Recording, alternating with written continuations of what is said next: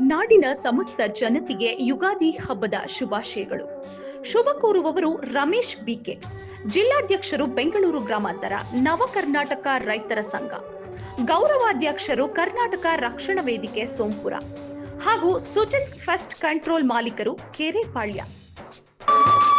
ಎಲ್ಲೆಲ್ಲೆಲ್ಲೂ ಹಬ್ಬ ಹಬ್ಬ ಬಂತು ಯುಗಾದಿ ಹಬ್ಬ, ಈ ಸಂಬಂಧ ಬೆಸೆದ ಹಬ್ಬ, ಕಣ್ತುಂಬ ಪ್ರೀತಿ ಹಬ್ಬ.